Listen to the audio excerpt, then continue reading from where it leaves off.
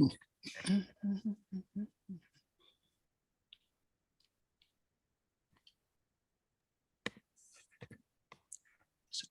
right, we are live. Okay. Okay for me to go now? Okay. Good afternoon, everyone. I'd like to welcome all members of the Executive Advisory Group, the Equity Advisory Group, and all members of the Citizen Advisory Group, the CAG. And due to the fact that we have so much work to do today, we're not going to be introducing people individually. So I would like to take the time to introduce Dr. Roberta Hunter, who will be commanding this meeting. And I've known her for more than a couple of days. I think she'll do a wonderful job. So Dr. Hunter, I would like to turn this and the world of the bridge over to you. So welcome. Thank you. Thank you. Thank you, Mr. Washington. All right, so next slide, please. Closed captions are in English and Spanish. English closed captions are available within Zoom and YouTube. Users can follow this link to view both English and Spanish captions in a separate browser window. ibr.news/captions.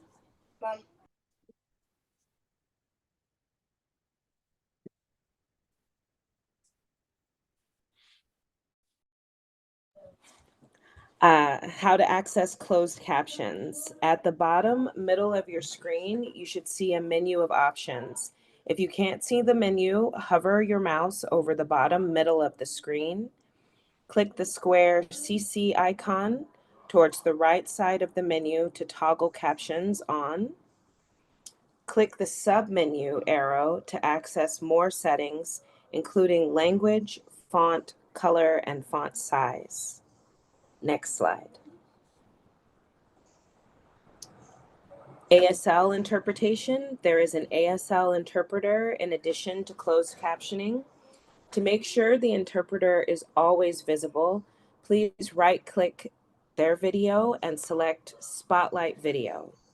For those watching on YouTube, when we screen share, you will be able to see the slideshow, closed captioning, and the ASL interpreter. You will still be able to hear different people speaking, but may not see them. Next slide. Public input instructions. So we will have an opportunity for brief public comment around 5:45 tonight. Verbal public comment will be welcome in the Zoom webinar during the designated time with the option to turn on your web camera. Please use the link located in the meeting description on the YouTube meeting page or on the IBR CAG plus EAG meeting webpage. Commentators will not be allowed to share their screens and will be removed from the room once the public comment period concludes. To comment by phone, dial 1-669-900-6833 or 1-408-638-0968. Enter meeting ID 897-7533-8358 with a passcode of 701942. Dial *9 to raise your hand, and after you are invited to speak, dial *6 to unmute yourself. Next slide. So we've just had our presenter introductions. Next slide.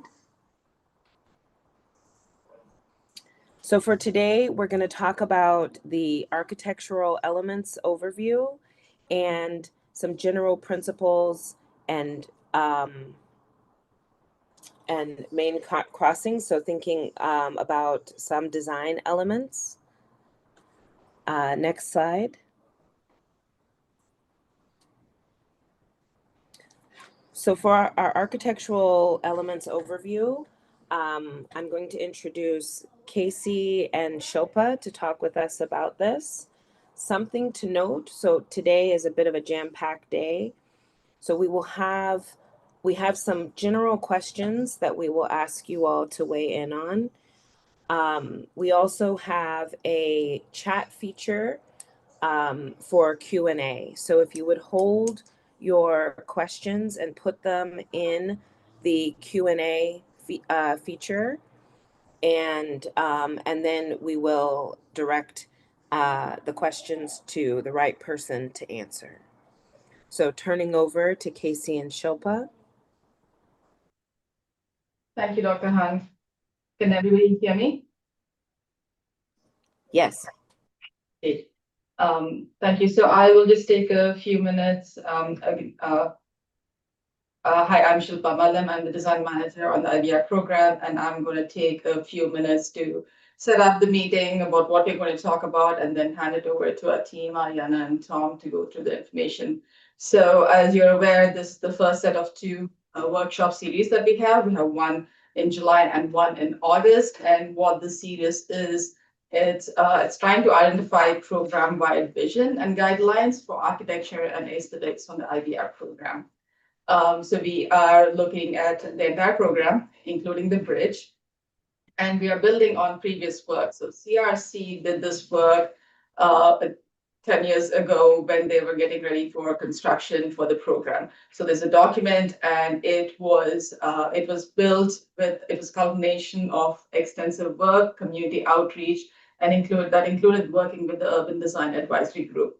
So the information and feedback is still relevant and valuable today. And what we're doing is building on what CRC did and trying to update the architectural guidance document. And that's going to help guide the design and construction of the program. And we'll be starting with the I-5 bridge across the Columbia River today. Overall goal of the workshop series is to communicate. Can we go back to the previous slide, please? Really quick. Thanks. The overall goal for the workshop is for us to communicate the current work that the program's done and obtain feedback. And in turn, the feedback will inform the program-wide guidelines in architecture. And then what's going to happen is we'll be moving these guidelines and incorporate them into design and construction documents. So the program is going to be built a number of construction packages, and this will apply to all the packages as we get to design and construction. Next slide, please. A few things to note as we're going through the graphics in the upcoming slides is we showed some examples of the bridge that we're looking at, and you'll see a lot of examples of the single level fixed span bridge configuration. However, I want to note that this entire exercise is not selecting a bridge configuration, meaning a mobile or fixed span or double deck, and it's also not selecting a bridge type. All that is going to go through the NEPA process. We just use some examples for this exercise. So again, bridge type and configuration will be determined through NEPA, constructability, etc. What we're looking at right now is what architectural features might look like, what the guidelines might look like, irrespective of whatever bridge configuration or type gets selected. And then, as I mentioned, we have one workshop this month, and then we'll have a second workshop next month and talk about other architectural features. But that's not the end of it. This is the starting point to have the document to guide the design and construction. But when we get to design and construction, there will be potential future engagement opportunities for each of the individual construction packages. So that's the setup for what we'll be talking about today and what we will not be talking about. And with that, unless there are any questions, quick questions, I'm going to hand it over to Ariana and Tom. Thanks, Shilpa. Hello, everybody. My name is Tom Osborne. So Shilpa said Ariana is going to be presenting on where we're at in the process now and what we feel is the route to good design. We're going to look at the main river crossing, saving some of the land-based approach structures for the next meeting. And Ariana is going to talk a little bit about the process that we go through in refining and developing the designs so that they uphold the principles and goals of the scheme. So with that, I'll hand over to Ariana. Thank you very much. And good evening, everyone. So let's start really. And so as Tom mentioned, let's open with by looking at where we are at in the process. And so we know that the construction of the interstate bridge is on the horizon. And what we see here on the screen is a design journey. So we can visualize it as a diamond. It starts with a point, which is the one on the left, when we identify a need. And then we move into an exploration phase where the diagram widens. We have different strands, and they show that there are different options and possibilities that are taken into considerations. The next phase is the refinement, where we select and narrow down these options until we arrive to a single point, which is the optimal solution that will be built. Currently, we are in the refinement phase, but in this diagram, we can also recognize two different moments: the conceptual and preliminary design stage, which will be then followed by the final design stage. And as you'll see with the change of color here on the diagram, we are now moving into the final stage, and we are handing over some design elements to other teams who will be handling those parts. So to make sure that all the work done so far and all the findings are carried over, we are developing a design envelope. And a design envelope is a series of design rules and principles that ensure a consistent level of design quality while providing flexibility for contractors to propose different solutions. The design envelope ensures that all the future proposals align with the IBR program's principles and goals and meet our standards of good design. But what is good design? Good design responds to people and place. So we know that the main purpose of the bridge, which is allowing vehicles to cross the Columbia River, will be met regardless of its appearance, and drivers will get across, and their comfort inside their private vehicle is largely secured. In a scheme this large, it's quite easy to get caught up thinking about just different modes of transport, but truly we are designing for people, both within these modes and moving in between them.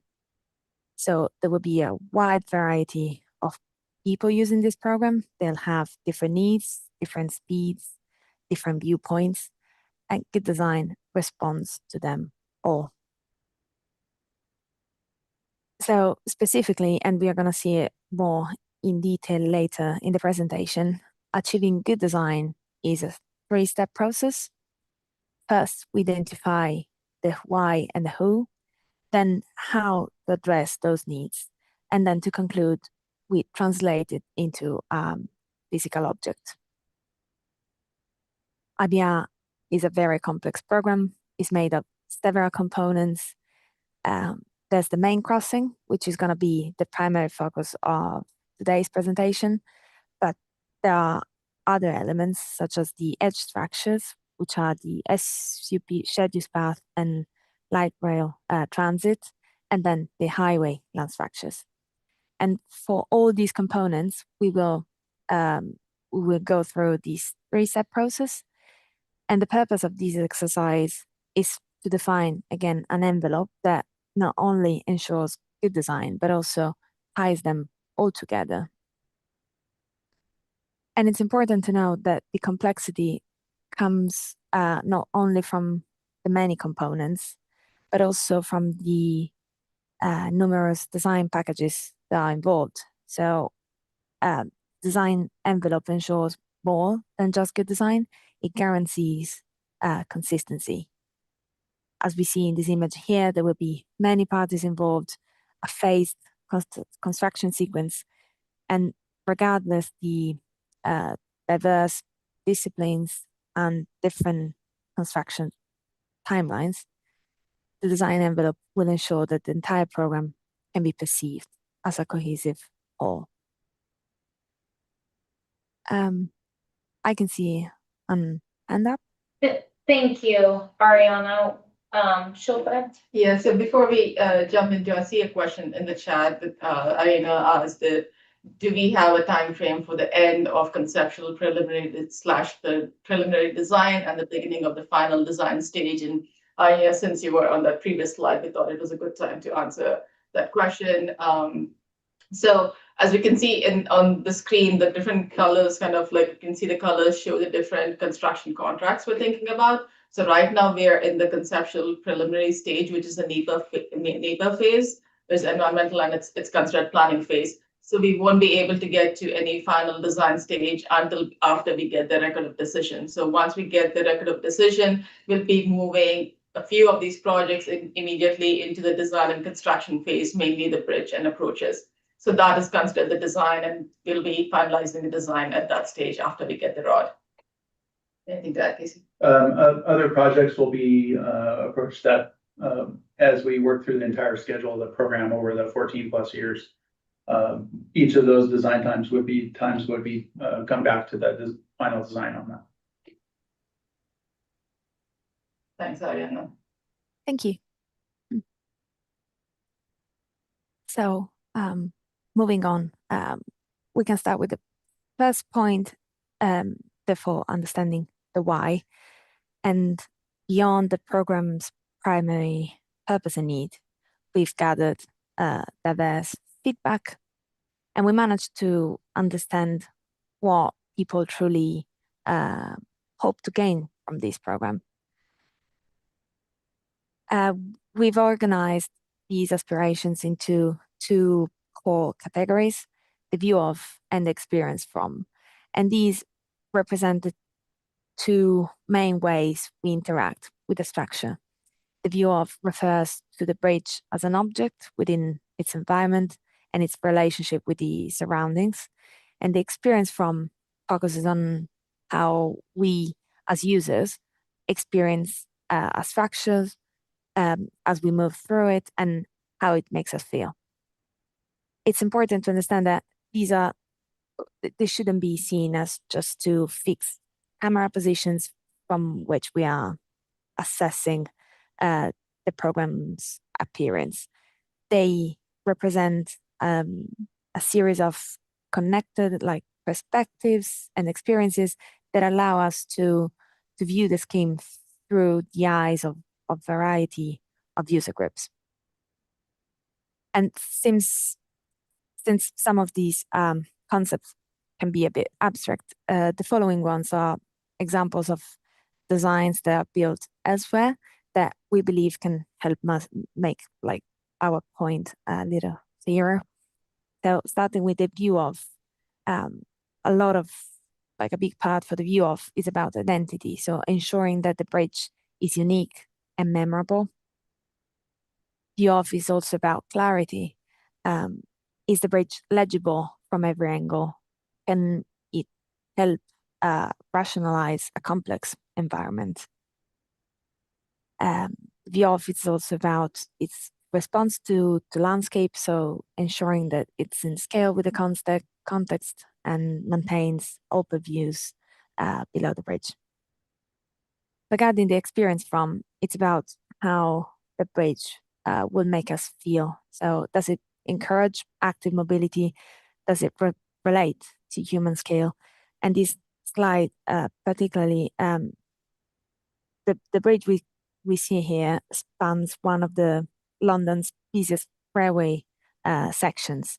And yet the young girl that you see on the bottom right corner seems completely undisturbed. And that's a proof of the secure and comfortable environment that the bridge creates. Experience from is about comfort, but it's also about enjoyment. So is it so enjoyable that to the point that people use it in unusual ways, and to the point that they turn it into a place to stay rather than simply a place to cross. So turning our attention to the specificity of our case, to design a bridge, the first thing you need to do is identifying the constraints. The one that we see on the screen is a diagram for our site, Vancouver on the right-hand side, Hayden Island on the left. And these are the key geometrical constraints: aviation clearance at the top, navigational channels at the bottom. So basically, the white band represents the space that we have available to fit the bridge. Once the constraints are identified, then you select from a well-known range of possible bridge types the ones that fit within the constraints. However, it's very important to clarify that selecting one bridge type over another doesn't automatically equate to good design. For every bridge type, there's an excellent version and one with less desirable characteristics. So once the type is selected, it needs to be refined and enriched with some architectural characteristics. And these are the rules that ensure the design is responsible to people and place. And what we're working on right now is identifying some key characteristics to set a minimum architectural threshold that would prevent the proposal for any non-preferred design version. And these architectural threshold will be captured in an aesthetic requirement document, which would be a contractual deliverable alongside the structural drawing. In this document, we don't just define the minimum acceptable designs, but we also offer some suggestions to further enhance the design through various design opportunities. And as you can see from the slide, there are still many options on the table that we are considering. And since the time here is quite limited, for the purpose of this presentation, we will highlight some architectural characteristics that apply to most of the options currently under consideration, but we'll showcase them through 3 bridge types, which are the steel girder, the extradosed, and the concrete girder. It is also important to mention, and Tom already touched on this, that the overall quality of the program won't only depend on the main crossing, but a significant portion of it will be shaped by the land structures, and these are going to be the focus of our second round of presentations. So how do we get good design for IBR? As mentioned previously, we're going to use these 3 steps. We already touched on the first step, so defining the principles and goals. The second step involves identifying architectural characteristics. And once again, these are specific design choices that ensure the design responds thoughtfully to both people and place. And finally, the third step demonstrates a possible design response. And it's impossible, it's key to understand that it's one possible solution and not the only one. So of these 3 steps, what we're going on talking about the most today is the second one, and that's because it's critical. The critical step to define an architectural envelope is about, again, establishing characteristic features that will guide the design, and they don't dictate a specific structural form, but they set the stage for the kind of solution that we are aiming for. This envelope is flexible enough to allow different contractors to propose different designs, and at the same time, it guarantees acceptability, making sure that the final build project effectively aligns with the program's fundamental principles and goals. We thought we'd just share a little example here because it's an important rhythm to understand, because we go through these 3 phases several times over this remainder of this meeting and subsequent meetings.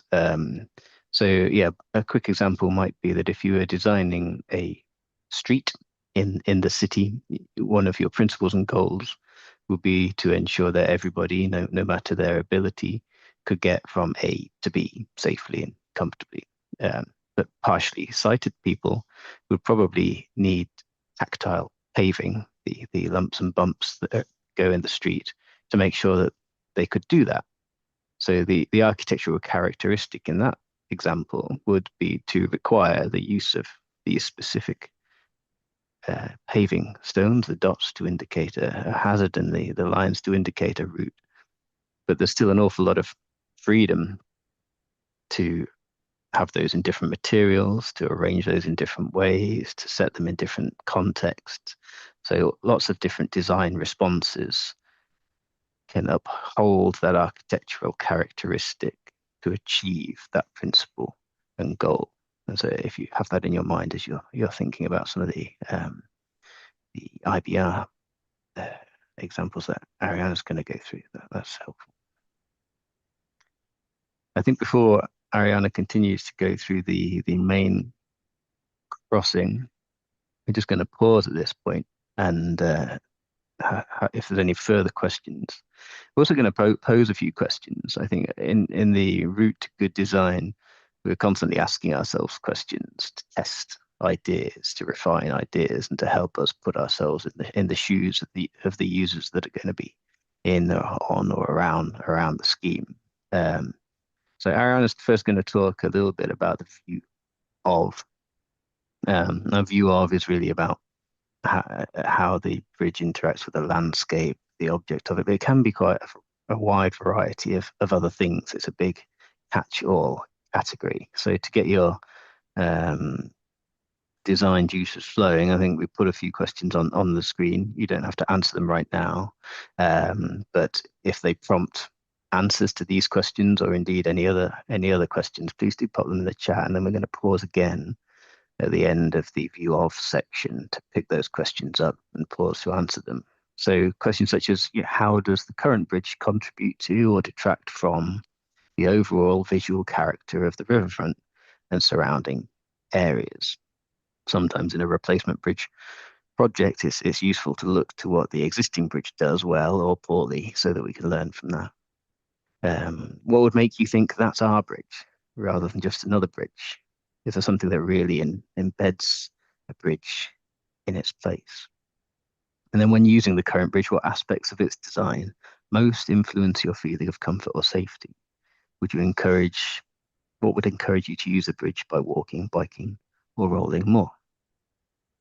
So I'll let Ariana carry on with the view of, but do pop those in the chat if any come to mind, or indeed we can pause for a second here if there's any at this stage, or indeed any questions about the previous section. Well, let's see. Are there any questions or comments from the group for now?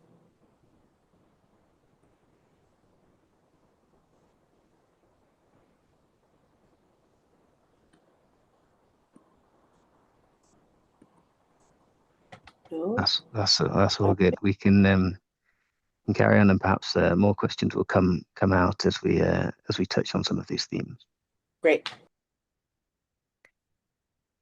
So, focusing on the view of, the feedback consistently highlighted a strong desire for a bridge with a distinct identity. So something is unique and recognizable. And identity can mean different things to different people.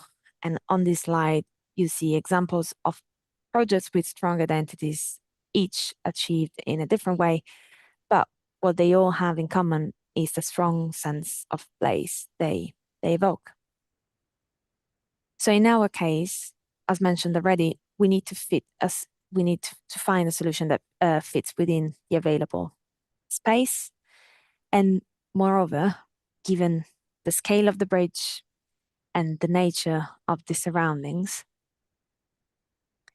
the bridge will be mostly seen from below. For this reason, as an architectural characteristic, we are mandating the use of piers, soffit, and edge as the main tool to achieve identity. So, for example, the soffit of the bridge could be hinged to give the crossing an elegant rhythm, or the piers could taper towards the base. This way, they appear less dominant, but also this way we reduce the material we use and the consequent carbon. We could split them into smaller elements to further reduce their physical mass and open up the views below deck. And the piers could reach the edge of the deck to appear slenderer, and the soffit could be enriched with recesses and textures.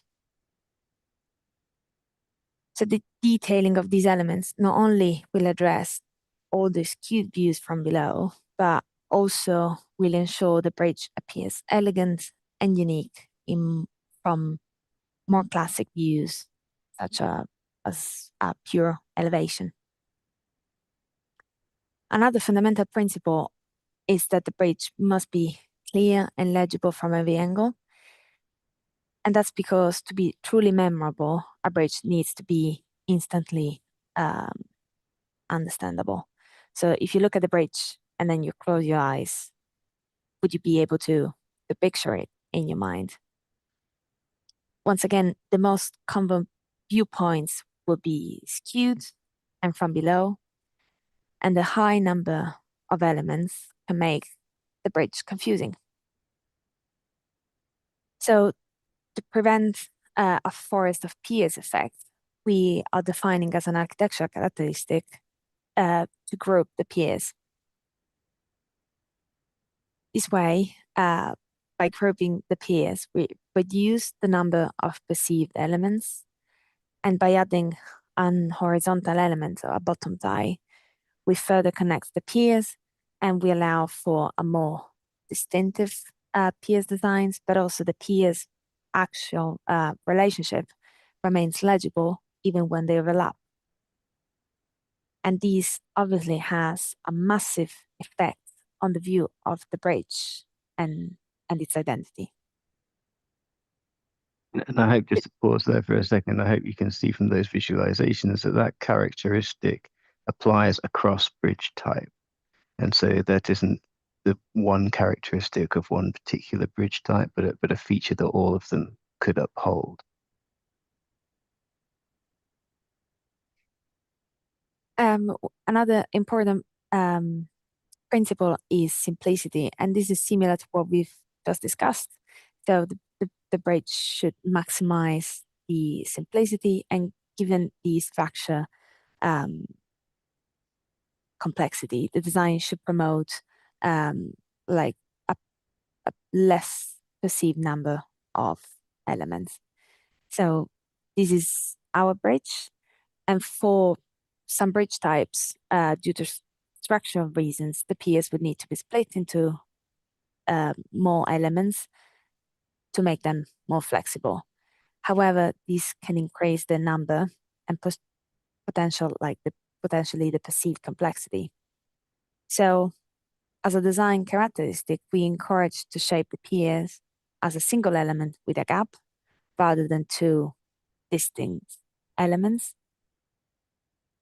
And this way, we not only reduce the number of perceived elements, but also we can leverage this feature as a key design element for the main crossing, and can be emphasized at night with different architectural lighting and become a distinct feature.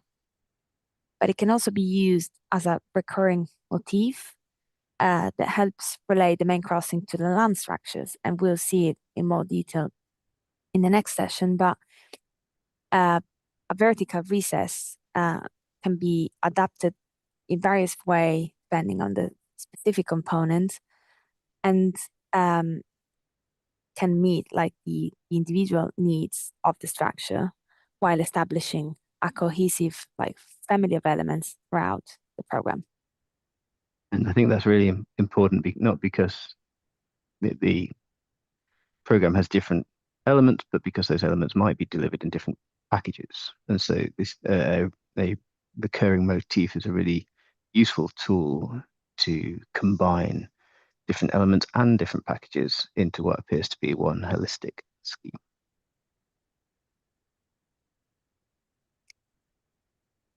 So another key point is about quality. People will experience the bridge in a variety of ways, and for this reason, the design quality should address both views from afar and up close. We've already mentioned that due to the bridge's like height and scale, its soffit will be widely visible, but in some circumstances, user will be even closer to the soffit. For example, when the approach ramp loops under the main deck. And especially in these situations, the soffit plays a crucial role in defining like the quality of the urban environment below. So for this reason, a fundamental characteristic for the soffit is to minimize its visual complexity and mass. So this means, for example, avoiding open soffits that create dark corner, ledges, and a utilitarian and cluttered aesthetic. But instead, we should move to closed profiles that help like tidy up the surface. Or other bridge types, such as the concrete girder, they start from a different point, and to be honest, a better point because their surface is already like a single plane. However, the effect can be unpleasant on the other end of the spectrum, and it might appear too big and too intimidating. So our intent here is quite the opposite. It's about breaking up the mass into smaller elements. So we can introduce a cantilever to reduce the surface. We can incline the webs to further minimize like the soffit extent. And we can split the surface by introducing recesses and textures so that it appears less intimidating. By this approach, we can ensure a below deck environment that not only feels comfortable, but is also attractive to look at. I think perhaps that also demonstrates that whilst that first characteristic, peer grouping, was a characteristic that could be upheld uniformly across all bridge types. Not all characteristics act that way. Different bridge types do have different architectural features. And so some of the bridge characteristics have to be adapted to different bridge types to make sure that we are refining each of them to uphold that threshold specific to each bridge type, if that makes sense. So yeah, here you can see the concrete segmental with a combination of all of those features as viewed from the shared use path, seen quite close, but hopefully still demonstrating that those qualities of comfort and cleanliness and identity and general good proportions are upheld for this bridge type. I think in the interest of time, we're going to pause at that moment, and in a moment, Ariana is going to continue to talk about more of the experience from section.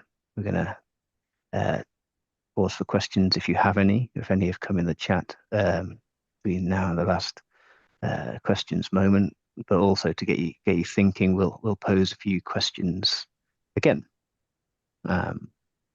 Just pause at that section in case anyone has any questions. How about, so Tom, in response to the questions that you asked earlier around what does the bridge contribute or detract from the overall visual character of the riverfront as it is now, and Lynn said that it lacks reflection of our region, that it's utilitarian and could be located anywhere. It doesn't have a distinct identity, as Ariana is stating. Tom from Portland said the current bridge is detrimental to the landscape as an industrial response without aesthetic guidance in the design. That unique is not necessarily a benefit. More integration with the landscape, not opposition to the landscape, and consistency of characters give identity and a sense of belonging. And from Megan, from Washington, a question: how would the underbridge design help reduce noise? That's a huge current issue with the existing bridge. So with Meg, noise, how would this design help that? And Dina has her hand up. Do you want to ask your question, Dina? Yeah, I have a question with the designs that are under the bridge, like the wave types things and others. How much does that shave off of the height from the bottom of the river to the bottom of the bridge to the top of the river? Or is that part of the 116 feet? It would not impact the height. Doesn't impact the height. Sorry, I'll do the questions in reverse order possibly. The haunch touches the navigational clearance envelope. It doesn't impede upon it. It's kind of at the corners. So we're kind of removing a little bit of material in the middle of the span and adding a little bit of material over the piers. That's kind of how this structure wants to work. That's the most efficient way for a bridge of this type to work. But no, it doesn't change the height. These all follow. I'm just thinking of like things that go under the bridge that are square shaped and might not make it through a arch if they're sitting on top of like a barge or something. But they'll all be within the navigational envelope. Perfect. Yeah. Thank you.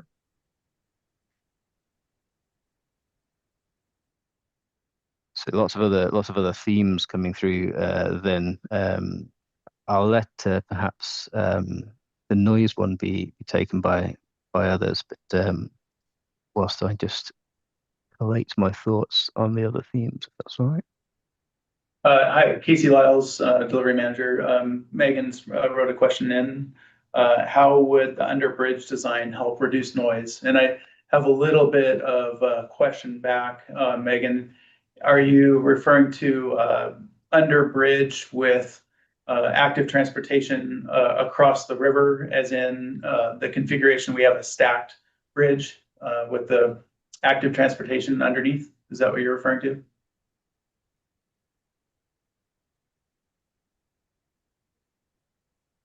Is it Megan? Can you hear me? Megan Johnson?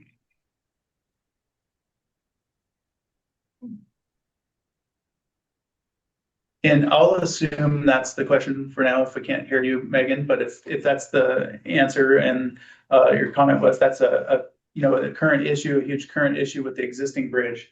In the existing bridge, the active transportation is immediately adjacent to the freeway.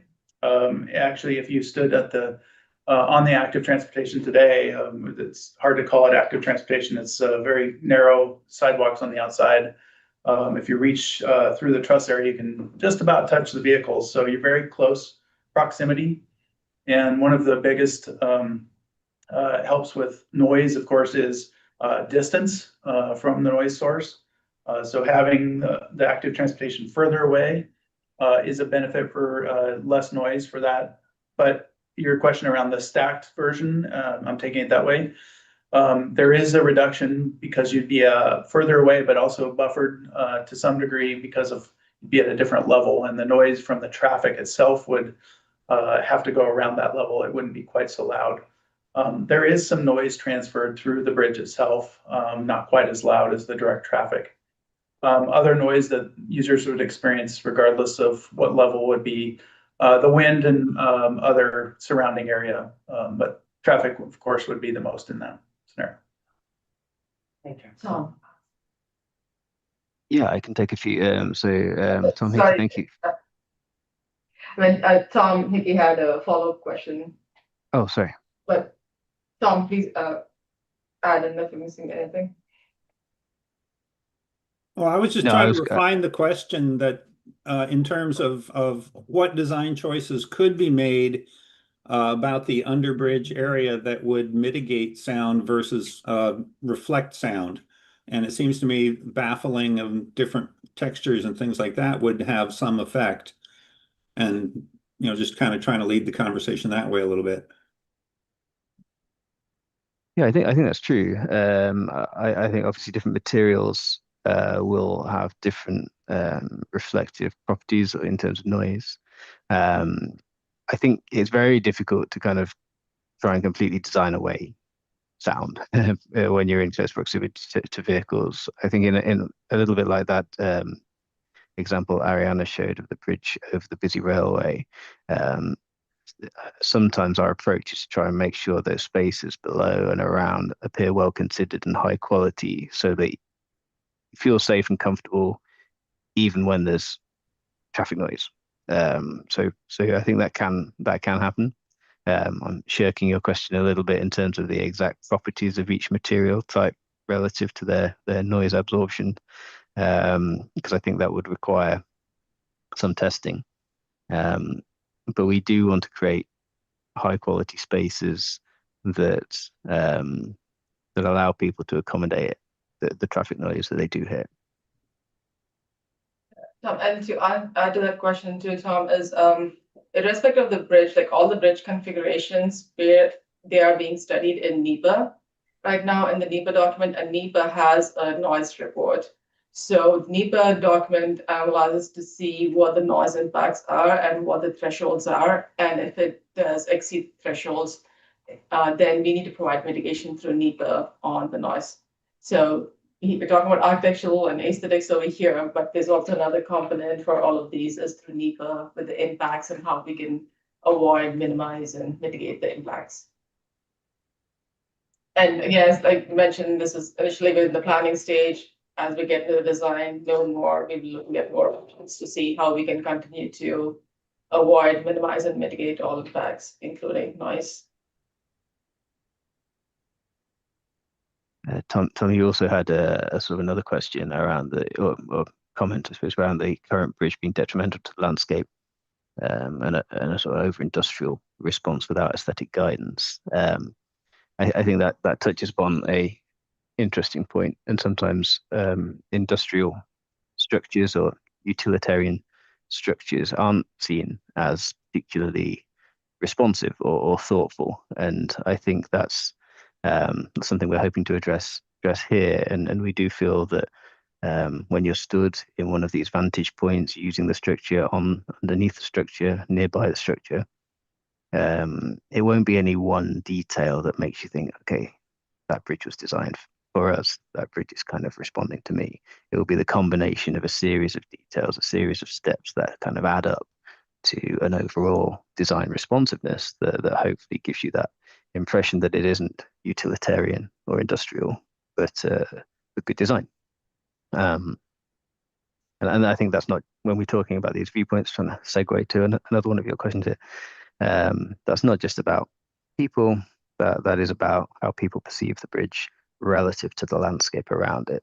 So what Ariana was showing before, the kind of tapering of the piers, for example, open up views, but they also make the bridge tread more lightly across the water and allow the the river to flow more freely through, and views of the river and the horizon beyond. So a lot of these viewpoints and these questions can be seen as from the human perspective, but also responding to the landscape.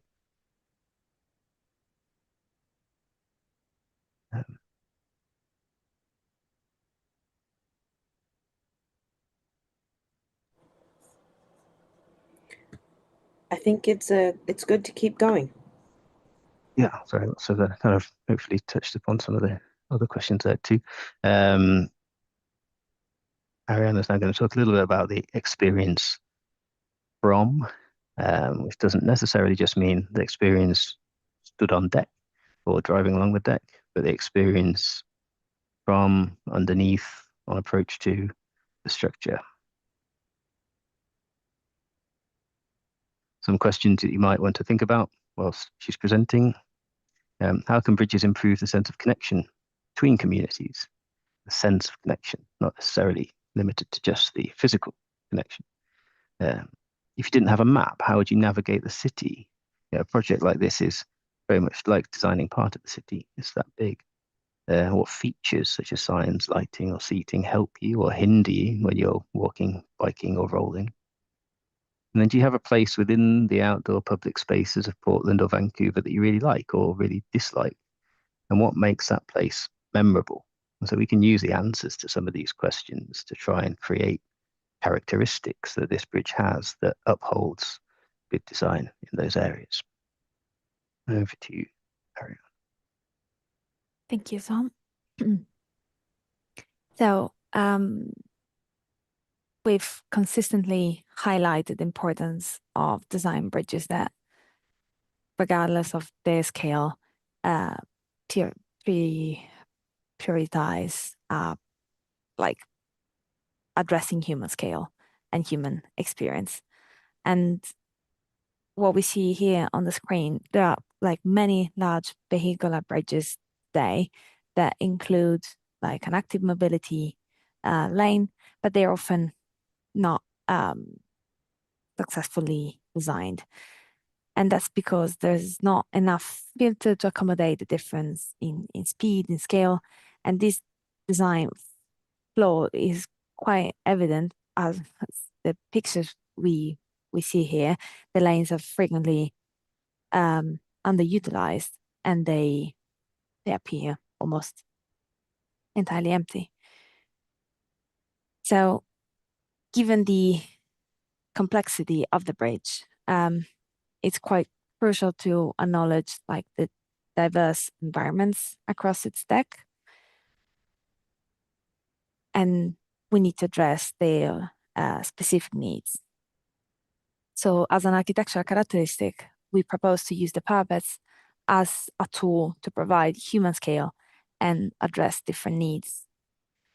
So if we go back to the same view, we can talk about a little bit about the shared use path design parapet that will feature a finer level of detail to suit lower speeds.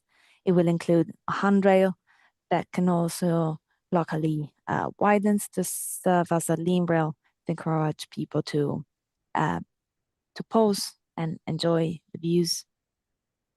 There will be a separation barrier between the pedestrian and cycle deck and the highway deck that will be designed as a high quality piece of deck infrastructure.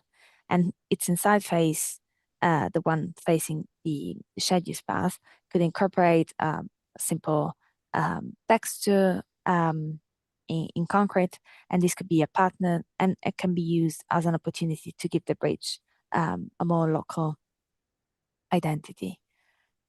In contrast, the light rail transit parapet will be simpler because it's primarily maintenance railing, but it will be designed to complement and not to compete like the overall edge detail to ensure like a clean and refined appearance, being it at the edge of the deck and so widely visible. The highway parapets will be largely like out of sight from the pedestrians and cycles, and they can be then simple, but they should maintain consistency across like throughout the whole bridge length. So they need to follow the same standards and regulations, even if we are crossing two different states. So these design additions will make the SUP environment feel much more human-centered and clearly designed for its purpose, rather than simply being perceived as an additional lane on a large vehicular bridge. And this image here gives us the opportunity to highlight one important feature of the SUP design. The parapet will be made of an array of vertical elements. And this design means that from skewed angles, like the one that we see on the screen right now, the parapet appears solid, enhancing like a sense of safety. But when viewed like transversely head on, this design offers transparency and allow users on deck to enjoy open views of the surrounding landscape. Ariana, maybe it's just easiest to pick up Tom Hickey's point whilst we see this on screen now. We should kind of caveat some of this, that whilst we're sharing renders here, we're still at the 30% level of design. So some of these details aren't fully captured within what you're seeing on screen. I think that the question was about the texture picking up debris at the bottom. Yeah, absolutely. You're right there. As it's shown there, it would. But in reality, we normally start concrete form liner patterns or textures with a kind of a skirting, a margin above. Sometimes in particularly challenging sites. We're doing a bridge in Helsinki at the moment where the snowplow runs along the side of it and would knock off all the vertical ribs. We have those as an indentation rather than a projection to kind of stop them trapping litter even further.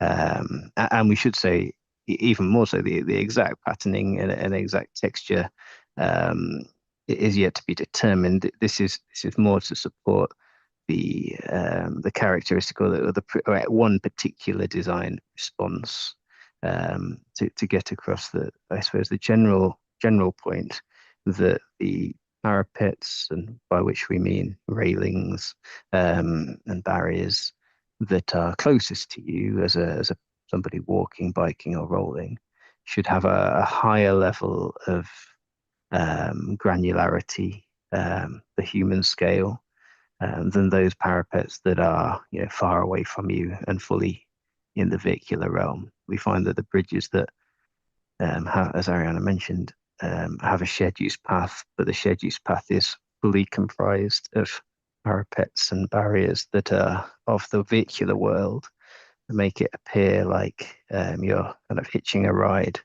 along a vehicular bridge rather than being on a bridge that's designed for you. So yeah, perhaps have to squint a little bit at some of the details here. Right, carry on. Yeah. Thank you.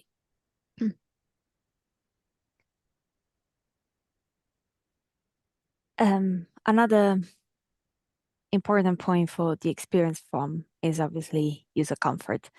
And we know that the bridge must provide an inclusive, convenient, and enjoyable connection for all user groups. But when doing that, we must consider the challenge that is posed by the bridge scale. It's going to be a long journey for users, and we need to prevent it from being monotonous or challenging.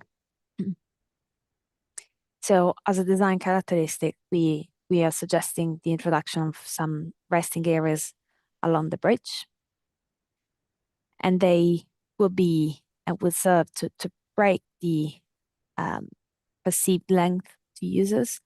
They will give a crossing to the crossing like a rhythm, and will mark like some special moments of rest and arrival.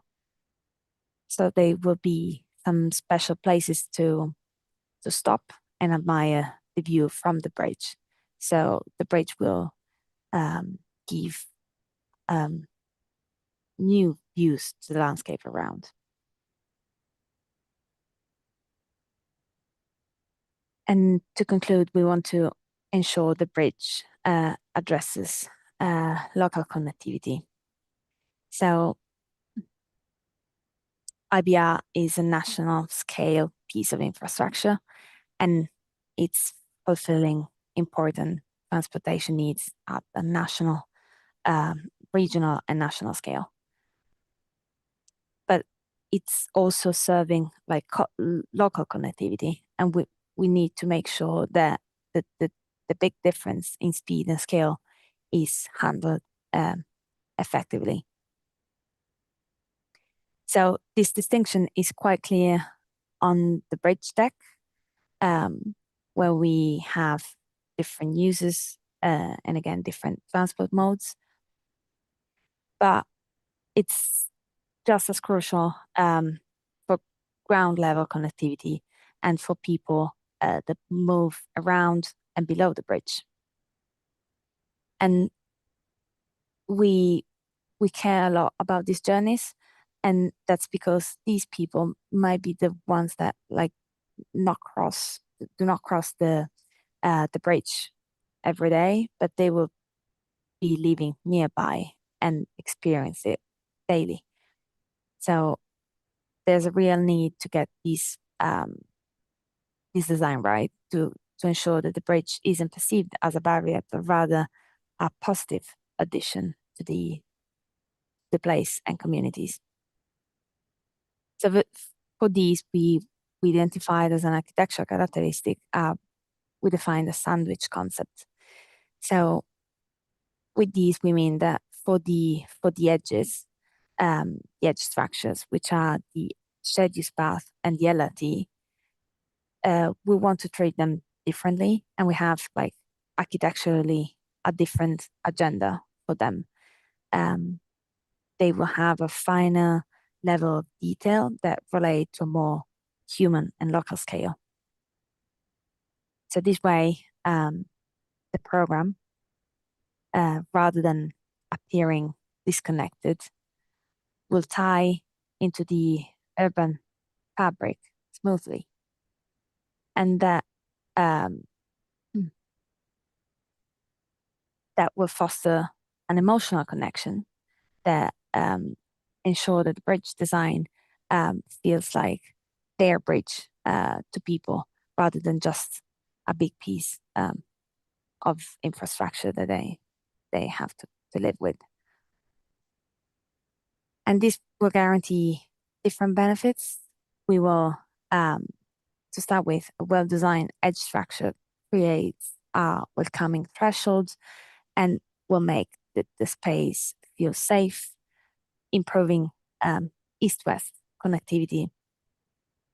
But also, it will give us a consistent and clearly defined edge condition throughout the scheme. And this will be not only a powerful like north-south tool, like wayfinding tool, that will make like legible where the road leads from one side to the other side of the river. We're going to touch upon those themes of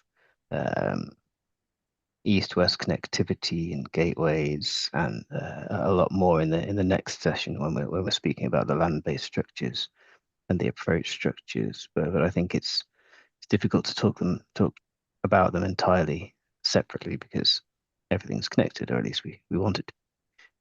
So I think they do blend in this space. You know, I think one of the most important things we feel is that if you're walking along the riverfront and you see the elevation of the bridge, and you want to use that bridge as somebody walking, biking, or rolling, or wanting to get on the LRT, you know, the people in vehicles will be able to follow vehicular signage and get up onto the bridge in that way.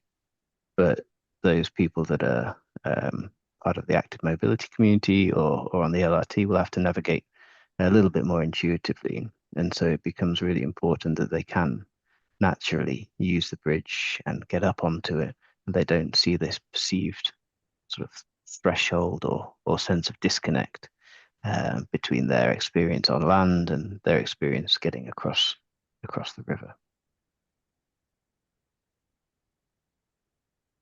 Thank you, Tom. I just want to conclude by guiding you a little bit through this image here that is representative of the sandwich concept, really.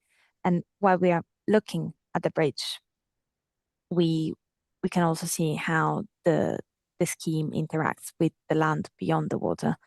And I believe it's a great view to demonstrate how a strongly recognizable SUP structure not only establishes like identity on land, but also brings clarity to a complex environment. And even without being able to read it entirely, the grain ribbon that is defined by the parapet is immediately recognizable, and we can follow it through like to its land extension, but also across the river, and that forms like a strong visual connection to people and place. And as Tom mentioned, that's a great preview for our next sessions, where we're gonna delve into the characteristics for the land-based structures. I think at this point, we're probably going to pause. We'll leave this on screen, so it's probably nicer than just a blue screen. We don't have any more questions for you, but we are going to pause in a moment for any further questions for us that perhaps have sprung to mind, either this last section or across the entire presentation generally. But I hope this image and the sequence of images that you've seen prior to this gives the confidence that by mandating these characteristics, we aren't specifying exactly what design response is going to occur yet. It's not within our gift to do so, but we are controlling those future design responses to be within an envelope that upholds these principles and upholds the principles of the scheme, whilst allowing plenty of opportunities to go beyond that. We really feel like by looking at the bridge or any characteristic really from those two vantage points, those two perspectives, the view of and the experience from, we can start to understand why each design maneuver is there. And normally, almost always for us at least, it's not to make the bridge prettier. The bridge becomes prettier as a consequence of those characteristics which uphold real meaningful benefits for the people that use the bridge.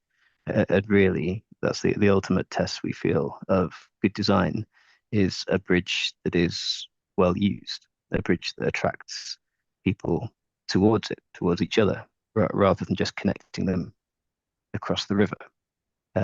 Bridges that are well used tend to become loved, and bridges that are loved tend to stand the test of time and hang around and long enough for the sort of virtuous circle to continue.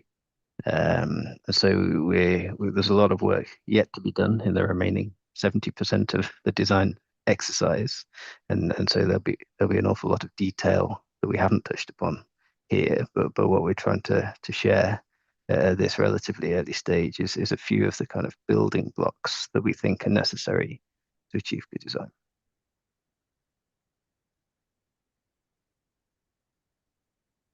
All right, so we want to have people kind of share some of their thoughts here. And so, Dina, you had a comment around navigation. Would you like to share your thought or elaborate on your thought there? Yeah, if you can go back a few slides where you were showing like it has the transit, the cars and the people on bikes, and it had sort of like the bridge.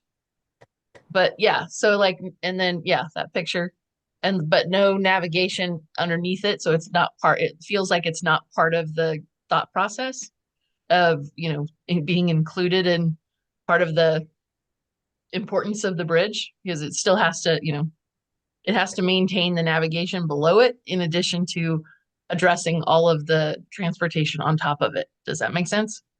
It does. I think absolutely all of the designs will meet the required navigation criteria. I suppose what we were trying to do here, this is a kind of a diagrammatic cross-section kind of through one of the approaches on land, I guess. What we were trying to do here is talk about the things that we feel aren't automatically achieved by the sort of core purpose of the project. So the architectural response and these characteristics that don't necessarily change the navigability of this bridge at all. But these characteristics do play a big part in the quality, safety, and enjoyment of the urban realm below and around the bridge, if that makes sense. So yeah, we weren't showing it here, but that's not to say it's not part of the thought process. It's just that kind of sits above a lot of the architectural characteristics. Boats are going to be able to get through this bridge in their navigational channels perfectly safely. Yeah. And then in terms of the bottom, where the base of the, like if you go to a picture, the last picture that you had, where you can see the base of the piers, are there pier bottoms that are safer for, you know, as you know, for navigation in terms of, you know, as we saw with the Baltimore Bridge getting struck and, you know, collapsing, wanting to make sure that, you know, those particular pieces are, you know, sturdy, safe, and, you know, going to do the job if there is by some, you know, accident to have happen. We definitely want to make sure that the bridge is going to be okay going forward. Obviously, standing up to an earthquake is, you know, priority number one. But also if there's pier bottoms that stick out farther than, you know, that could present a navigation hazard, we also want to make sure that those are safe as well. So again, I know you're talking about keeping it outside of the navigation channel, but just in case a vessel loses propulsion and ends up striking it, we want to make sure that that's like the least damaging as possible. And are there better piers for that than others? Thanks, Tina. Yeah, great points. You're referring to the design of the parts that interact with the river navigation as it go through. We call the shaft caps, or the large structures that go between the piers, and those are designed as you very nicely described. They're designed is a combination of all of the bridge requirements, including the seismic portion of the bridge, as it carries the structure underneath that you can't see up into the bridge itself, but also designed in a way that balances and maximizes the space for the navigation, and then considers the design if there were a strike, for instance. So all of that comes into play and absolutely is a part of the design for that. And yes, they are designed in such a way that they consider such a large type of strike that you're talking about. Yeah, and also like that's all the architectural guidelines we're talking about will be like beyond that. Anything to do with safety, whether it's the piers or any of the barriers, safety comes first. We do that, and then what can we do with that, with the architectural guidance is what we'd be looking at. I can probably pick up two questions in one, perhaps. Tom Hickey said the transitions between the shared use path and the LRT station will be critical for user-friendly experience. Absolutely. And also, Irana Phillips, what color, not green, I hope, will work. So I suppose, yes, we are showing a green shared use path here. And it's quite a good example, I think, of the difference between an architectural characteristic and a design response. Because to be honest, we haven't selected a color yet. A color is not selected, but whilst we're showing here, a green shared use path, many colors may work. The characteristic, though, that we are trying to mandate here is one of continuity, so that people can follow a color along the river, across the river, and to the stations. And we'll get to that a little bit more in the next meeting, to provide a consistency of experience, and importantly, a color that differentiates itself from the color of the surrounding structures. And we're going to talk about that quite a bit more in the next session. Whilst you see here a sort of a series of piers all in a row, looking relatively organized, the arrangement on land is far more complicated because of the on and off ramps, and there's an awful lot more piers on land than there is in the water. And then you really see the benefit of this color differentiation. It kind of gives you the yellow brick road to follow as somebody trying to use the shared use path. So it pains me to say it as an architect, but we don't mind what color it is just yet. Normally that's our job, just to pick a color. But we do want it to be unique and different from the color of some of the surrounding structures.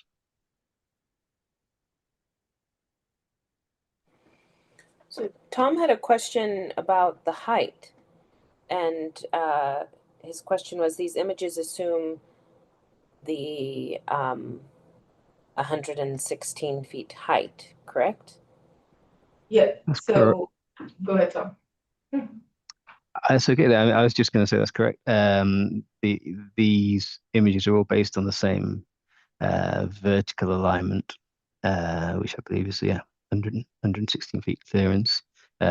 Some of the bridges have the opportunity to lower that alignment. The extra dose bridge, obviously, if you put structure above the deck rather than below the deck can be lower, which reduces that height without impeding the navigational envelope, and reduces the length of approach ramps and journey distances for the shared use path as well. But for the purposes of comparing these options, they're all at the same height in these renders. Great. And Brenda from PBOT had the question, I know the ped bike bridge is on the east in order to get the best views of Mount Hood. Were viewpoints that bulb out of the bike ped path considered as a design? Currently, they look like that they are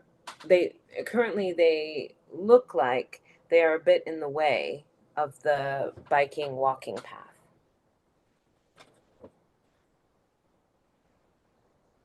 Yeah, hi, thanks. Oh, Tom, where are you going? No, please. Can you go? Yeah, thanks, Brenda, for the comment and question there. There will be opportunity to look at what viewpoints look like going across the bridge. Of course, there is the path as it goes across the bridge is, I think, at 24-foot wide, I think is what we've been noting as it crosses the river, with both a high-speed portion and the low-speed portion. As far as the specifics on viewpoints and how that coordinates with the lower speed portion of that, which would be on the outside of the bridge itself, for primarily that purpose is to allow the starting stopping of those that are walking and or pushing on a slower speed, to that opportunity to be next to the railing and have the view. There are probably fewer opportunities for bulb outs in this project just because of the sheer size of that, but that's something that we'll get into in the design level. Yeah, we've been working on a kind of a variety of different techniques to give that that sort of experience, ranging from the carefully positioned benches through to more elaborate bulb out or features like that.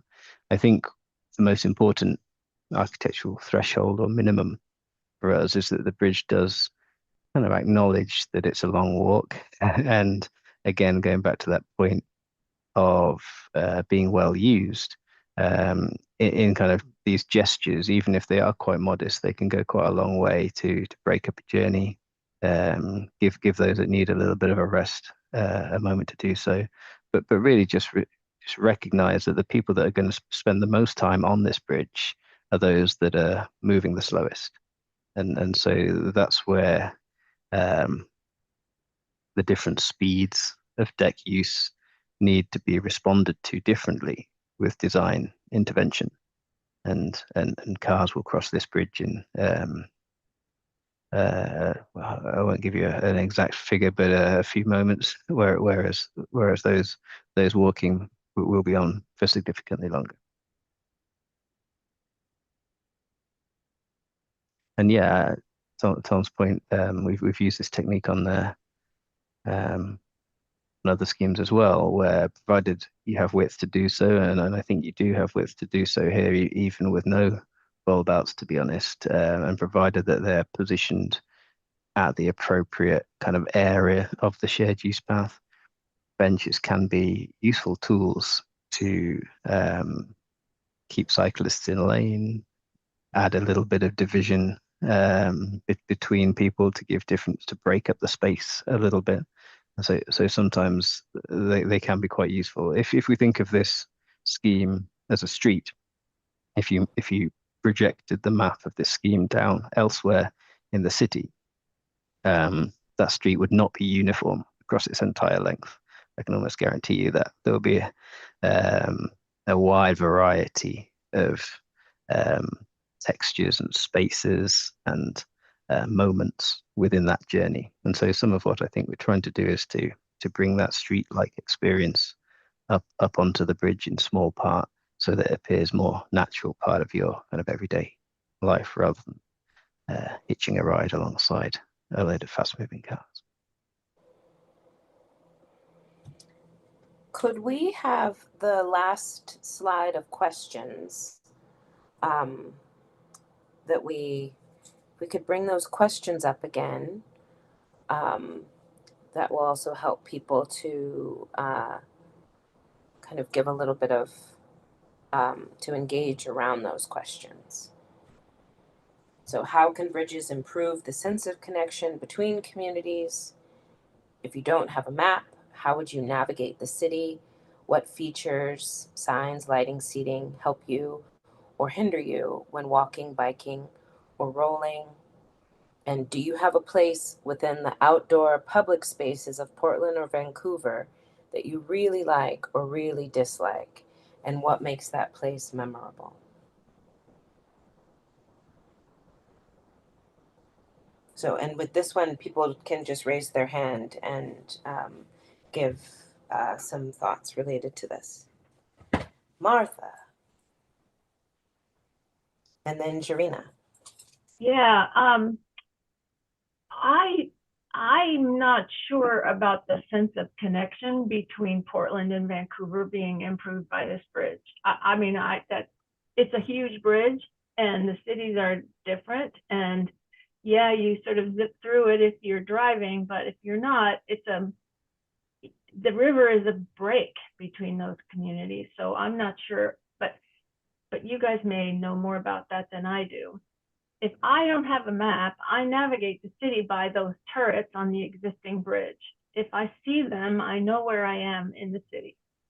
And so you're taking off, it looks from all the diagrams that we saw this afternoon that you're taking off any superstructure over the bridge. And so my navigational aids, those turrets from the lift bridge will be gone.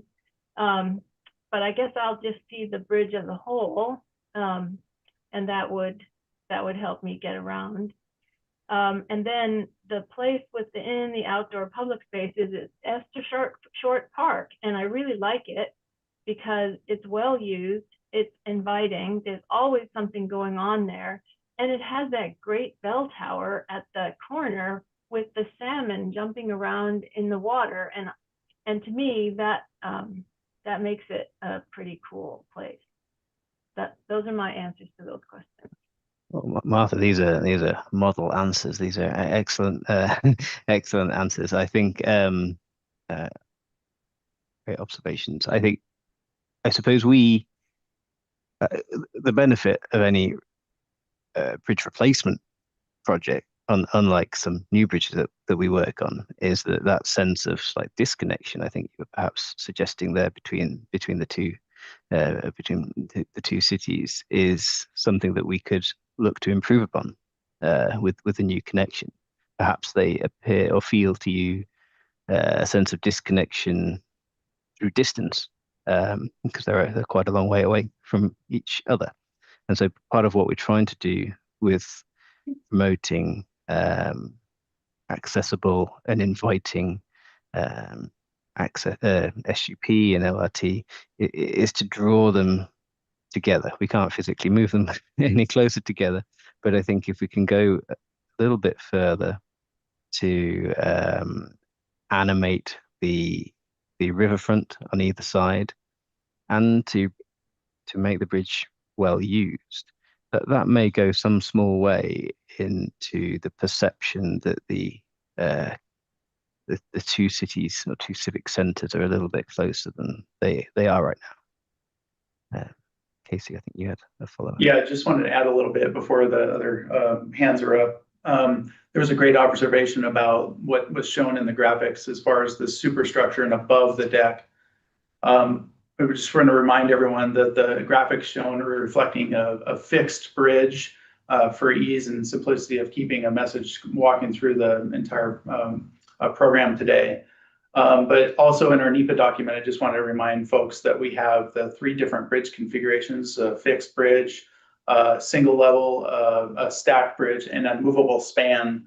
And the movable span is projected that it would have towers similar to what you would see today. So just wanted to remind folks, if we do have a movable span, those towers would be there. And under fixed bridge, it's reflecting that the superstructures would be at a lower levels to avoid the additional impacts of being in the airspace under a fixed bridge scenario.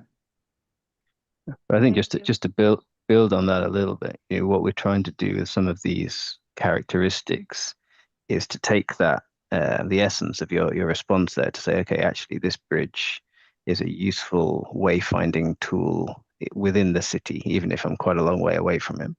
And then to create characteristics that allow all typologies within the envelope to respond to that in some way. They'll respond differently, particularly those without towers or above deck structures. But the essence of that question, I think, is really important and is something we can strive to with a characteristic that is responded to differently, either through recognizable motifs that you can see from a little bit closer up, or through a series of smaller interventions. That characteristic can be upheld. Thank you. So Jarina had her hand up, and then Shona. So I actually lost my train of thought. Go ahead, Shona.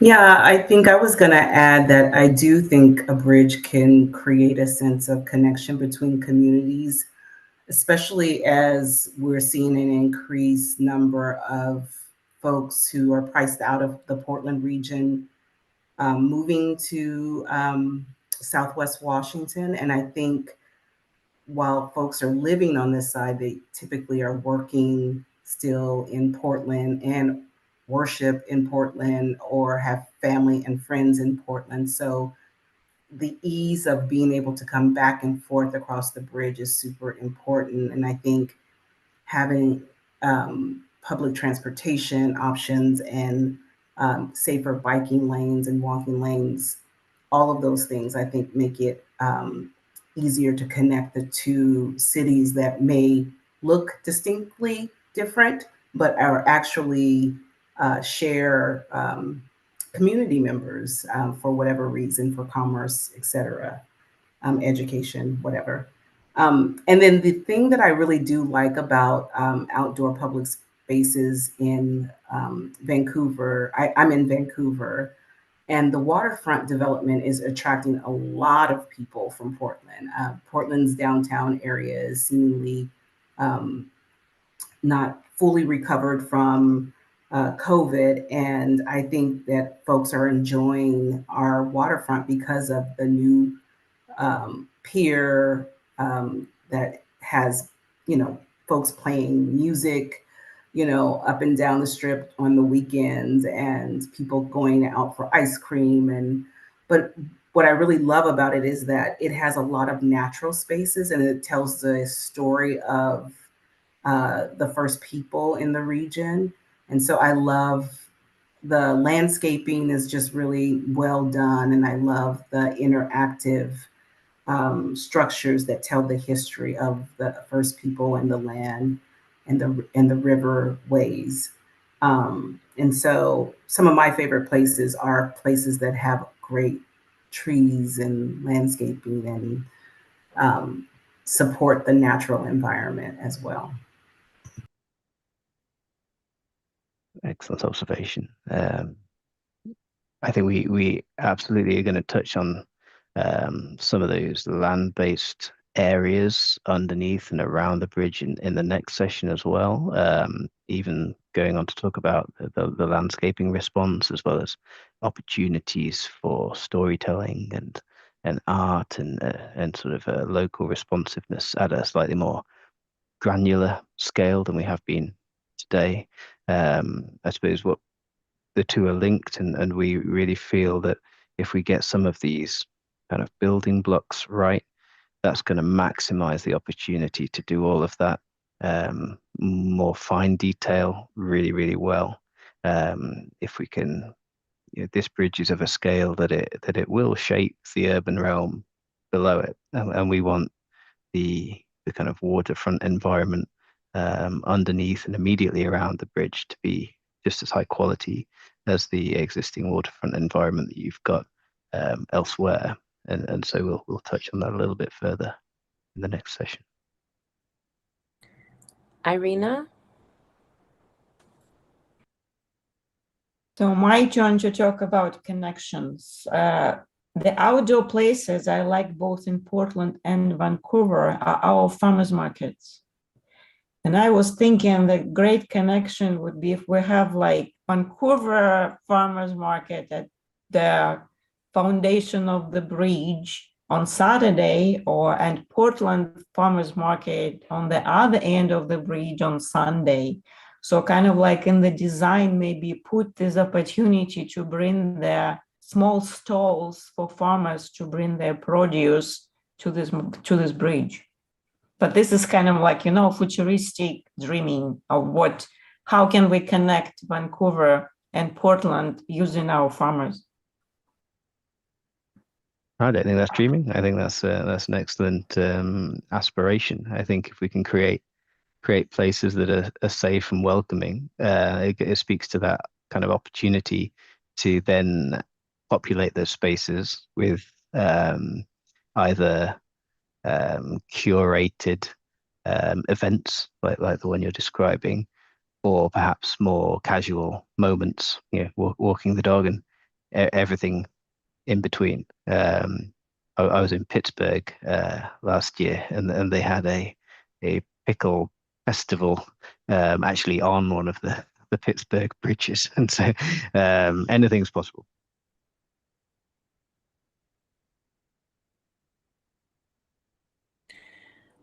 So one question was also, are there spaces, outdoor public spaces of Portland or Vancouver that people dislike? And so that's also something to weigh in on. But Meg, I always love seeing you.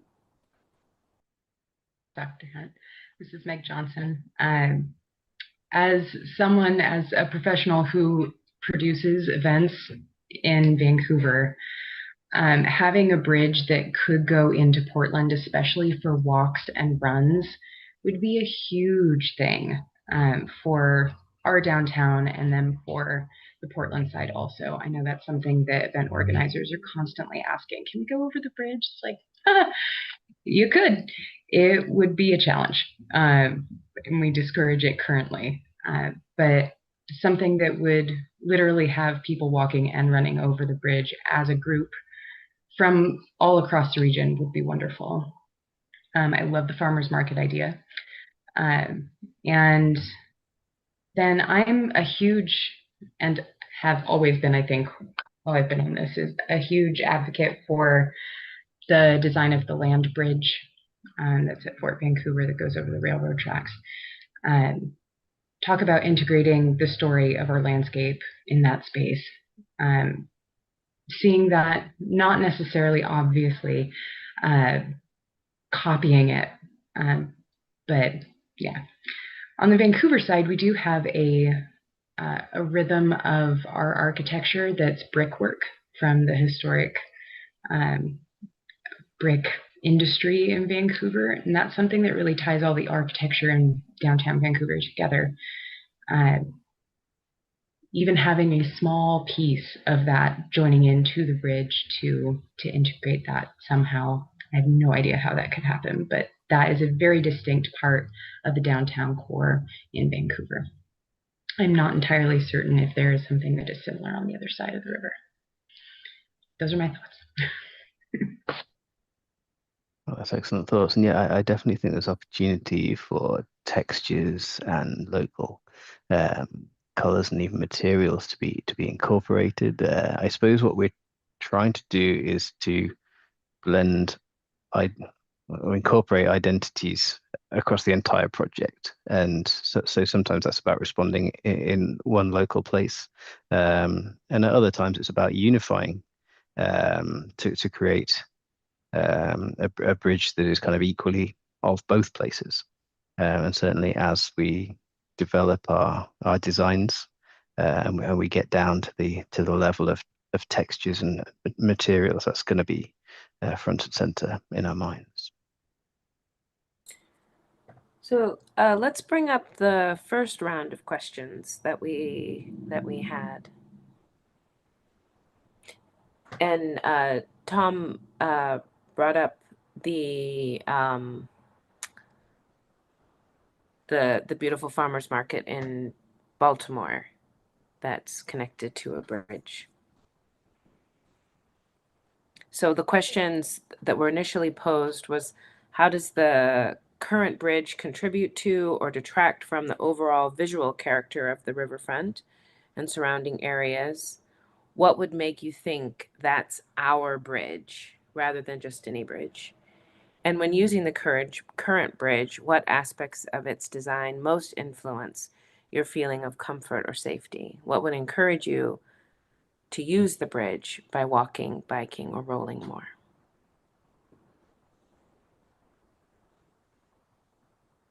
So, and just a note, we have about 5 minutes before we switch to public comment.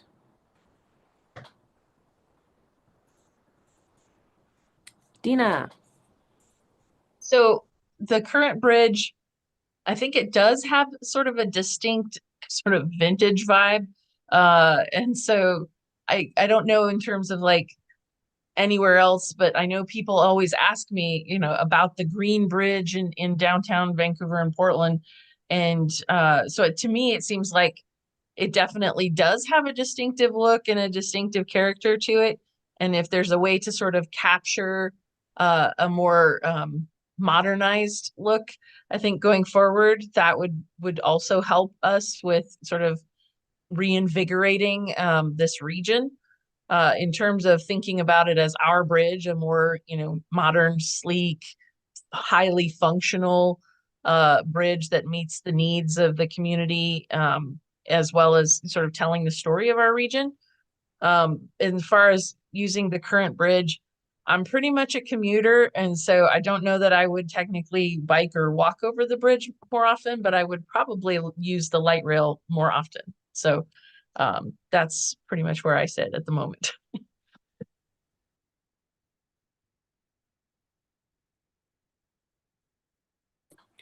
Great. Shona. Yeah. Oh.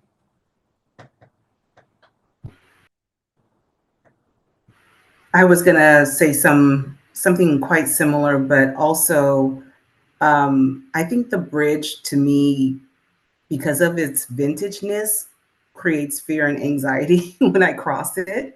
It's really tight going across it, and you really can't see through it.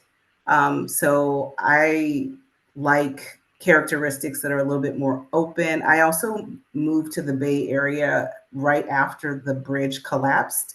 And so I think I do have a little bit of anxiety about a vintage bridge. And then saw the eastern span go up before I left town. So I like the idea of the expansion of it and clear views so that passengers or if you're a passenger, you can see views of the mountain more clearly. And not being so claustrophobic, fearful of changing lanes and people changing lanes quickly. I think that detracts from the visual nature of it is distracting because it's so tight, and also there's a little bit of anxiety about it. I think that kind of answers a little bit of also the comfort and safety you feel. I've never walked across that bridge, and I'm waiting for the new bridge. If I'm grateful and to be alive when it's done. Well, some excellent points there. I think you can't get to that kind of next level of appreciation of planting or storytelling or art if you're not feeling safe and comfortable. And so I think we have to do those basic things right first, for the rest to evolve thereafter. And the points you touched on there are absolutely front and center in our minds, the kind of visual clutter, the sort of clean and open spaces for all modes, and a sense of resilience, I think, and quality, not just architectural quality, but actual structural quality, so that you feel confident using the structures. You shouldn't have to be thinking about, am I going to make it across safely? You should just be enjoying the view. So we'll hear from Tom, and then we'll switch to public comment. Thank you. I think I've kind of already made this comment, but I feel like the answer to most of those questions comes to the transitions from the land to the bridge itself in terms of its accessibility to the public for people on bikes, people walking, however you're trying to approach it. If it's complicated or if it's difficult, it's not going to be a friendly bridge. So it's got to be easily accessible from the ground, so that the people that live there feel invited to use it. And without that easy invitation, it's going to be somebody else's bridge, not mine. Couldn't agree more with that, Tom. Absolutely. If you don't feel like it's your bridge, or if you feel like it's for a different for a mode of transport that you don't have access to, or for a kind of at a scale that is not of a local scale, then that disconnects you from the bridge being your bridge. So I think for us it goes beyond that functional, I see a bridge, I want to use the bridge, how do I use the bridge kind of wayfinding technique, and does touch upon sort of a cultural connectivity, local connectivity, and a sort of sense of place and belonging that a bridge offers. We want to do both. We're going to touch on both of those a little bit more in the next session of how the bridge lands, how the bridge transitions. We have a poster in our office that says bridge design isn't too difficult, it's the ends that are really challenging. And on a scheme like this, where over the river everyone's kind of in their lane, the general arrangement, you can see it on the plan, is quite organized and quite rectilinear. And then as soon as you get away from the water, everything changes, and you've got on and off ramps. You've got people trying to get to ground. You've got a variety of different modes, not only interacting with each other, but interacting with the urban realm below it. And so that complexity there is not something we can shy away from. The success of the bridge as a whole is going to be largely dependent on how well we do those things in the areas where it is more hard to achieve that. So that's a big part of what we are focusing on going forward. All right, I'm going to very quickly read Irina's comment. So in an answer to question 3, if there are peers who are using the bridge, that will encourage me to use the mode of active transportation more. So I want to be mindful of public comment and abruptly shift gears. Thank you to Ariana and to Tom. And for public comment, next slide.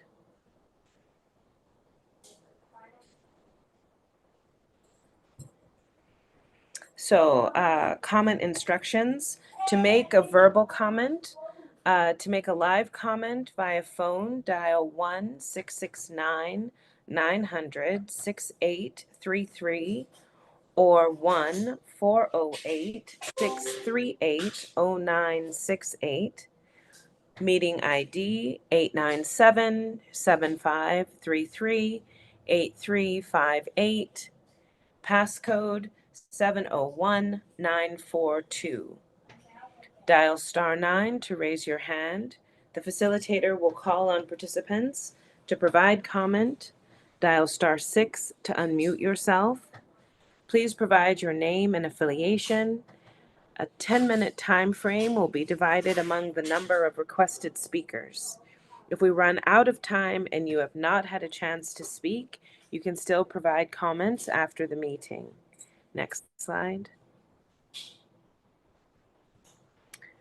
To submit comments after the meeting, fill out the comment form on the program website or email your comments to info@interstatebridge.org with CAG plus EAG Public Comment in the subject line.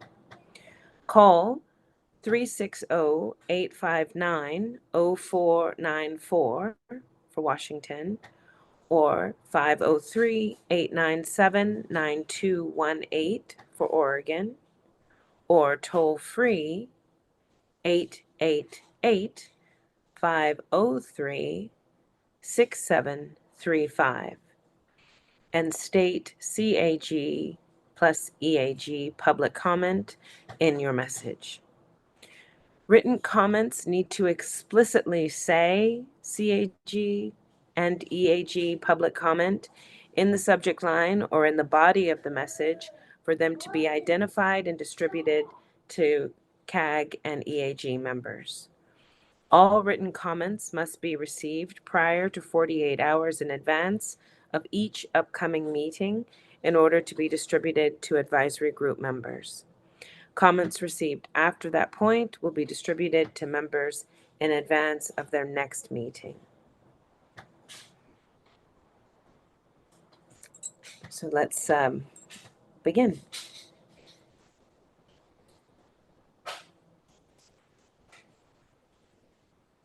Like, we have someone named Mark that I'll admit.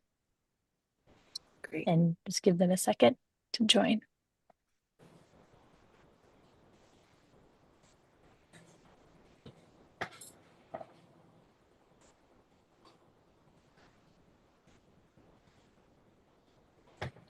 All right, Mark, welcome.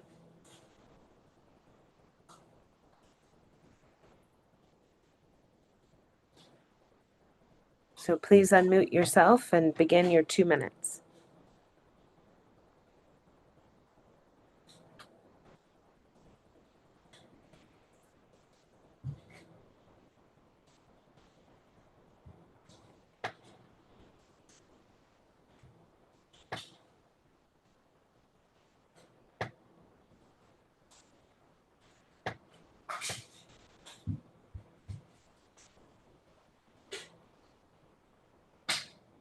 Can let in the next guest, who's also named Mark, so it might be the same caller.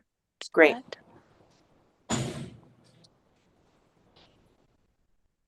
All right, Mark.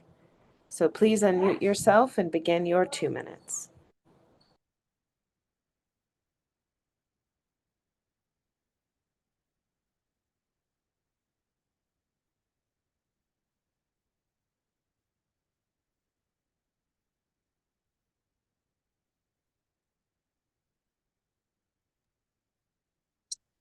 We have one more caller whose number ends in 2780. I can let them in. Yes, please.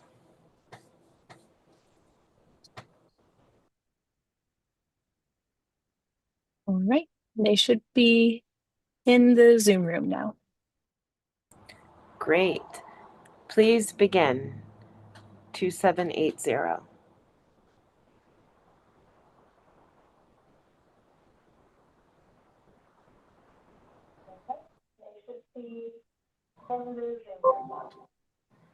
Can you speak up just a bit? We can't fully hear you. My name is Jenna Kinsheen. I'm a Portland resident. Great, thank you. Continue.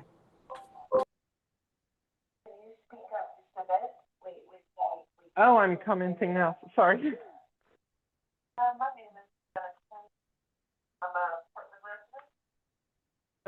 So I just wanted to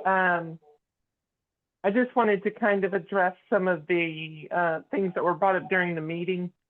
I think one of the things that about the current bridge that kind of actually makes me feel good about it is often how the bike lanes are quieter than they are on like the I-205 bridge further down. I sometimes bounce between Portland and Vancouver, and if you go through the 205 bridge, the bike lane is in the dead center of the traffic, and there's so much noise and dirt and detritus from the road that's getting blown up at you. And it's a fundamentally unpleasant experience. It's amazing coming off of it into Vancouver, but it's pretty terrible there. And so the fact that it's more quiet on the current bridge is one of the things that I like.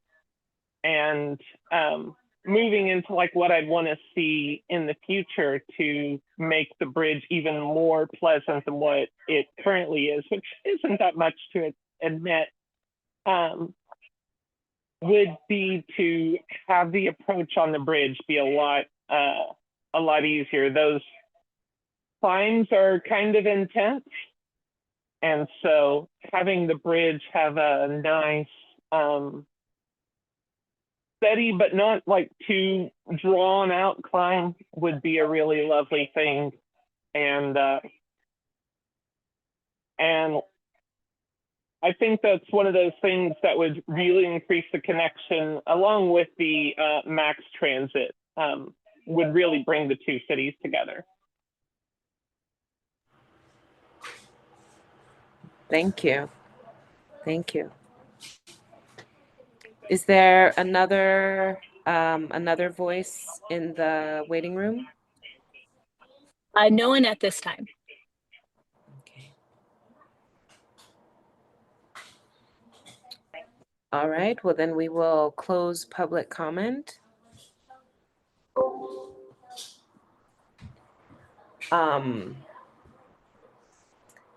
And let's go to next steps.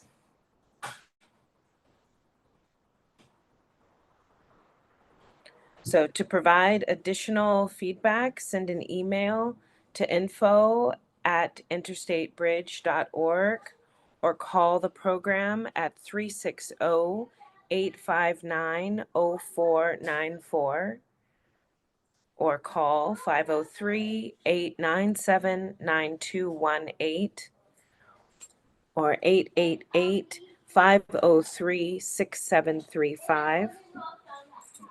Provide public comment and get additional information on the program website at interstatebridge.org. Next slide.